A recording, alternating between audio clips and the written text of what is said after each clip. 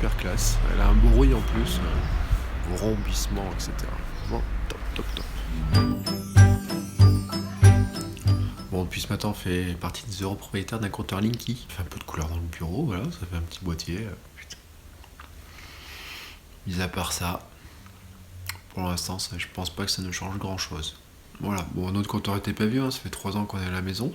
L'installateur ce matin m'a dit qu'il a changé un compteur qui était installé il y a 2 mois. Donc il y a 2 mois, quand ils ont fait son réseau, au lieu de mettre un Linky, ils lui ont mis un ancien compteur. Et il m'a dit qu'en fait, il passait les anciens compteurs, et ensuite il repassait derrière pour mettre du Linky. C'est complètement débile, cette histoire. Tiens, je vais vous montrer un truc qui craint sur les parcs-mètres à Clermont, ou je l'appellerais ça les faux cadeaux de la mairie. Donc ce parc-mètre vous annonce que vous avez 20 minutes de stationnement offert.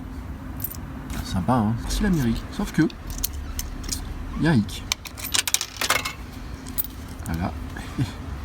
Pour avoir 20 minutes offertes, il faut d'abord payer 50 centimes.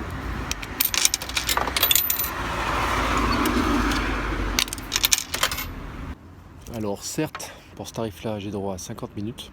Mais moi, ce qui m'intéresse, c'est savoir les 20 minutes offertes. Si vous offrez 20 minutes, mais il faut payer 50 centimes avant pour avoir les 20 minutes offertes, certes, c'est offert, mais ça ne résout pas le problème de ceux qui veulent juste se garer 20 minutes. Voilà. De l'autre côté, j'aime pas ne pas payer.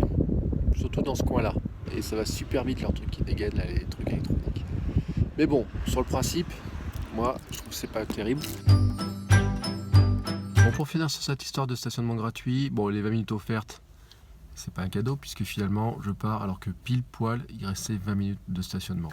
Par contre j'ai bien fait de payer parce que c'était au bout de la rue. Ouais, je l'ai senti le coup.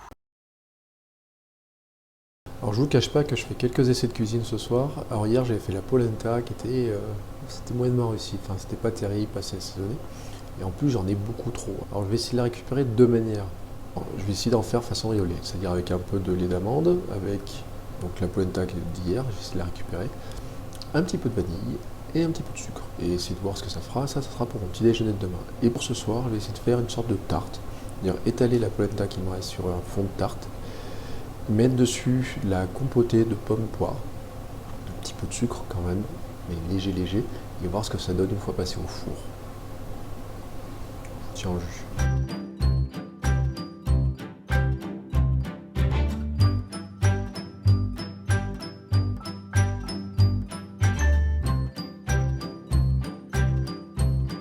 Soyons clairs, mon petit dessert à la polenta, c'est pas le dessert du siècle. Avec les petits fruits caramélisés dessus, c'est pas mauvais. Donc en fait j'ai mis une couche de polenta, un peu de lait d'amande. Dessus j'ai rajouté mes fruits qui avaient compoté à la casserole, avec de la cannelle et du tout petit peu de sucre, dessus, du sucre roux. Pas mauvais, et puis la polenta a une petite texture de flan là comme ça, je sais pas si vous la voyez. Vous voyez là comme ça. Ouais, je finis. C'était donc la suite de mes expérimentations pour manger sans gluten. Mais tout en se régalant quand même. Franchement, je ne pouvais pas vraiment terminer ce vlog du jour sans faire un petit bilan. Parce qu'aujourd'hui, c'est le numéro 7 de mon projet Veda. Donc une vidéo par jour en avril. Et donc, ça veut dire que j'ai fini la première semaine. Et cette première semaine est plutôt satisfaisante puisque j'ai fait une vidéo de vlog tous les jours. C'est clair qu'il est assez compliqué de faire du vlog tous les jours. Et ceux qui sont vraiment des vlogueurs quotidiens, etc., c'est une sacrée organisation qu'ils ont pour arriver à faire ça. Question par exemple qui se pose, mais que fait Casinestat quand il n'a rien à faire pour quand même faire de la vidéo? Réponse, il a toujours quelque chose à faire. Sinon, je vois pas comment il est capable de faire sa vidéo. Il y a toujours quelque chose à faire, mais c'est pas forcément de la vidéo. Donc ça se traduit par des petits manques, etc. Hier, j'ai oublié de dire bonjour. Alors en général, j'arrive à dire au revoir, mais des fois, je tarde. Voilà. Un point amélioré, par exemple, c'est que des fois, j'oublie de regarder là, dans l'objectif.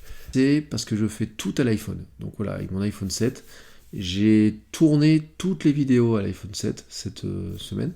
Et je les ai quasiment toutes montées avec l'iPhone 7. Des fois, je les ai montées sur le Mac. Je monte le plus possible sur l'iPhone 7.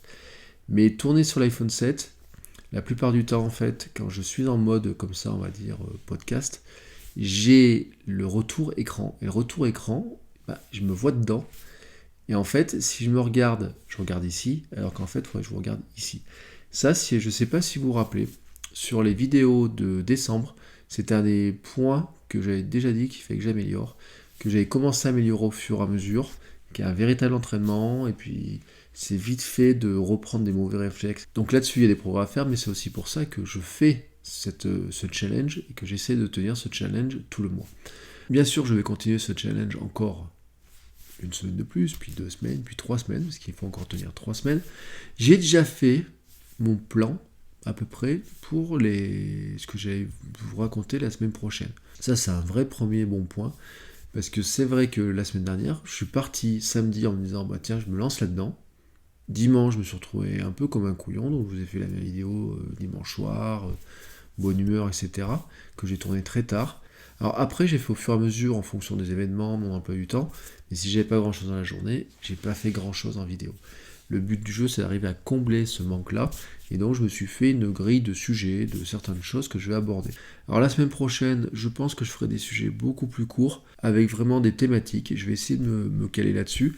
Et en fait, je voudrais revenir sur le format que j'avais imaginé en décembre, qui était le micro daily blog, c'est-à-dire de dire, je voudrais faire des sujets qui fassent 1 minute, 2 minutes, mais parler très rapidement d'un sujet. Je sais pas si je vais y arriver en fait. Coupe de plus en plus. Le but du jeu, c'est d'arriver à quelque chose qui soit plus rythmé, plus péchu. Il faut tenter, il faut progresser, il faut essayer. Et à force d'essayer, on va finir par y arriver. Voilà. Je pense qu'aujourd'hui, je vous ai dit tout ce que j'avais à vous dire. Je vais vous laisser. Pour moi, il est 22h25. Voilà, c'est l'heure de couper, de dormir. Je voudrais aussi vous remercier d'avoir suivi, d'avoir commenté, d'avoir relayé, d'avoir aimé, d'avoir interagi avec moi. Hier, je disais en plaisantant, mais en moitié plaisantant, moitié sans plaisanter, que le but du jeu, c'est pas de regarder les statistiques, et je mesurerai pas le succès aux statistiques. Toutefois, avoir un petit commentaire, un petit message, un petit ajout, un petit j'aime sur un tweet, etc.